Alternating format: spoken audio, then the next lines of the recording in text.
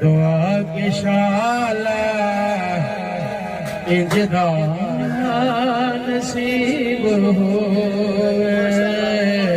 मंगो दुआ भला मंग के खा इंजदा आगे गुस्सा ना कर नसीब होवे मंगो बेशक आप भी कर लो खुदा की कसम कोई खाली नहीं जाएगा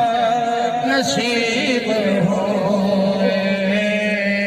मंगो दुआ शाला इंजदा